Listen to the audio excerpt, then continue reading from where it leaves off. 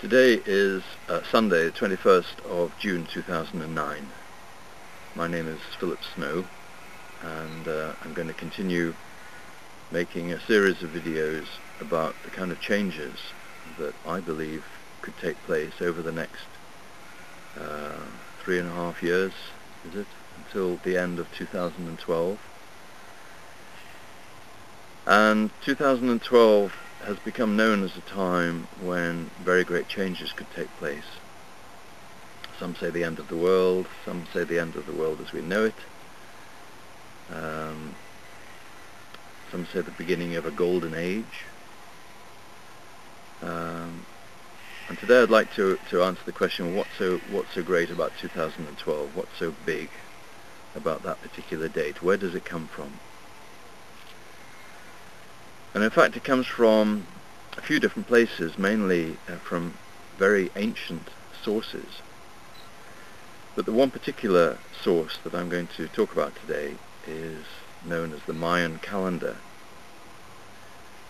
And the Mayan calendar was developed around the time of 800 AD in the height of the Mayan culture, which was in South America. And the particular calendar that's normally talked about covers a span of time which started around the time that modern civilization was reckoned to begin, around 3000 BC. But actually the Mayans had a number of calendars which went back even further. And the interesting thing about the Mayan calendar from the Western point of view is that it's very objective, very definite. It's got figures, and more than any other can be compared with the historical record that we know of. So where the Mayan calendar sets out a process of some sort over the last 5,000 years, we can look at that 5,000 year period and say, well, did it work out the way that the calendar suggests? And actually it does. It's very difficult to dispute it. There's so much evidence that actually the way that especially human civilization has developed over the last 5,000 years is entirely in keeping with the process that the Mayan calendar sets out. So how did the Mayans know, even at 800 AD, that it was going to work out in the way that it has done? Big question. And in fact, if you look back through the longer process the Mayan calendars describe, which go back to the time of the Big Bang, 16.4 billion years ago, you'll see that actually the Mayan calendar suggests a whole process of evolution, not just of mankind, but of the entire universe. And perhaps more than any other, it could prove, strong word, prove the existence of God, the existence of an intelligent creator who set out a process of the evolution of what? Humanity? Or the evolution of consciousness, starting with the time of the Big Bang. So the time of the Big Bang is the time that we say God said, and let there be light, and there was light, very bright light, which is the time of the Big Bang. If that's the case, and we believe that there is a God who oversees the development and the well-being of humanity, the Mayan calendar actually sets out a process which you might say is the process designed by God, or at least that there is an intelligent process going on which obviously had some sort of intelligent source. And I'm just going to give you a very general overview of this Mayan calendar. There are books, in fact, the books that I've particularly read are by a Swedish scientist by the name of Carl Kalleman.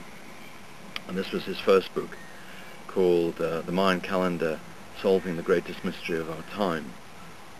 I suppose the greatest mystery of our time is, well, where do we come from? Is there a God? What's it all about? And then in 2004 he produced a book where he went more into his theory that it's all about the development of consciousness. So it's the Mayan calendar and the transformation of consciousness.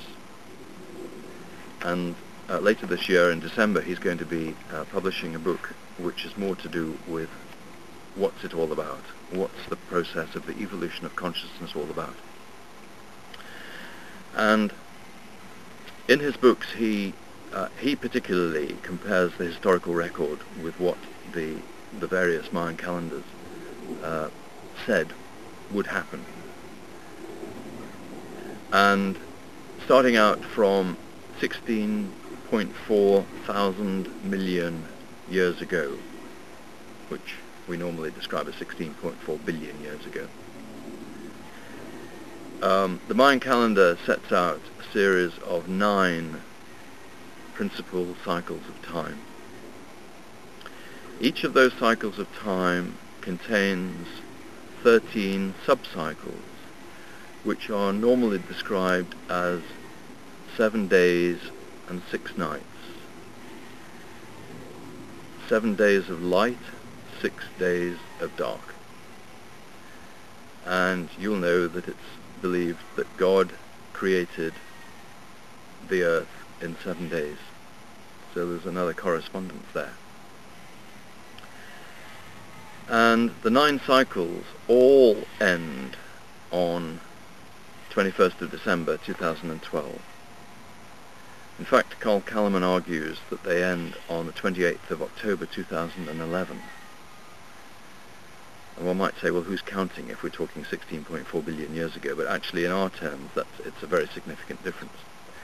And there's a lot of argument about whether it's 28th of October 2011 or 21st of December 2012. But for the moment, let's just look at these 9 cycles. Each successive cycle goes 20 times faster than the one before.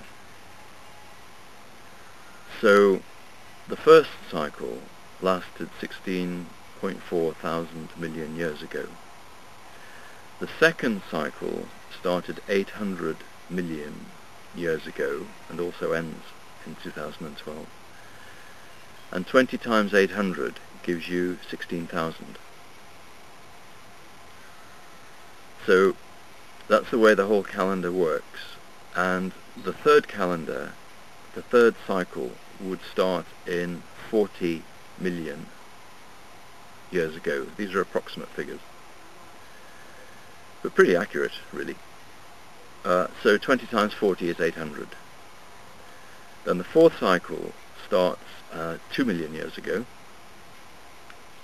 which is when humanity was first believed to be on Earth. Then the fifth cycle, 100,000 years ago. The sixth cycle started at the time of the Industrial Revolution, around 250 years ago. The seventh cycle began now I got this wrong, haven't I? So the eighth cycle starts in 1999, which was approximately the time of the internet beginning. And then the ninth cycle starts in February 2011 and only lasts for 10 months. And one might say that there's a similar amount of evolution achieved within each cycle. So this is why we're seeing so much development going on at an accelerating pace, especially over the last 50 years, you might say, very obviously over the last